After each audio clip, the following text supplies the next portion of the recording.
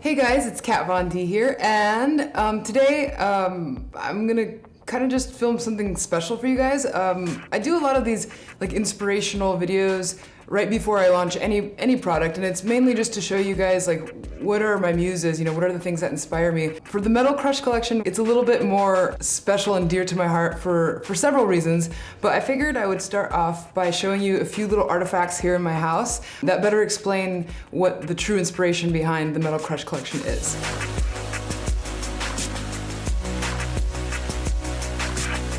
First of all, I wanted to show you guys this jacket here. This is an old beat up jacket that I used to wear almost every day, and I remember when I was building my tattoo shop, I knew I was gonna name it High Voltage Tattoo, but we didn't have a logo or anything. And so I went to my friend and I was like, I wanna get this jacket made. I think there should be a skull and some lightning bolts because it's high voltage, And so this is what she came up with, and I remember I would wear this every day so much that it ended up becoming our shop logo, and we still use it till this day.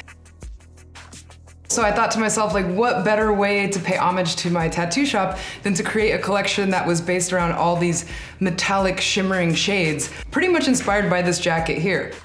Once that came into play, Metal Crush became a bigger concept because I'm like, what is it about the metallic foil finish that I really love? I love books and I collect books. This book in particular is actually one of my most prized possessions. It is one of the volumes of the entire Edgar Allan Poe collection from the original first press. One thing that you'll notice about it, it looks like a regular book, but the way they used to make books back in the day is much different than they do now. When you see any of this like gold gilding, it's called gilding, on the edges of the pages, not only does it help keep the dust outside of the pages and preserve the pages for longevity, but it actually works as a fire retardant. So, if your house is burning down or something, the gold gilding will actually save you a little bit of time before the pages and whatever's on the pages gets, destroyed. Here's an old Bible that I collected. It's really old. You can tell it's kind of falling apart. And if you see just all of this metallic foil detail throughout it, it's these little things that make such a huge difference, and that, even though they are like dying trades in I guess the creative world, to me, they're one of the things that inspire me the most.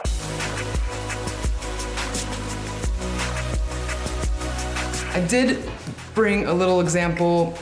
This is one of my favorite colors from the collection. It's called Thrasher and it's the gold. And to me, I felt like this was the first shade that I knew that I had to make. I cannot wait for you guys to try this formula because honestly, I've never used anything like it. It is an eyeshadow, it's a pressed powder, but it does have like a really creamy quality to it. It's the most highly pigmented eyeshadow I've ever made in my life. But this is not a professional swatch by any means. I'm not wearing any primer, but you can still see the effects of just how impactful that is.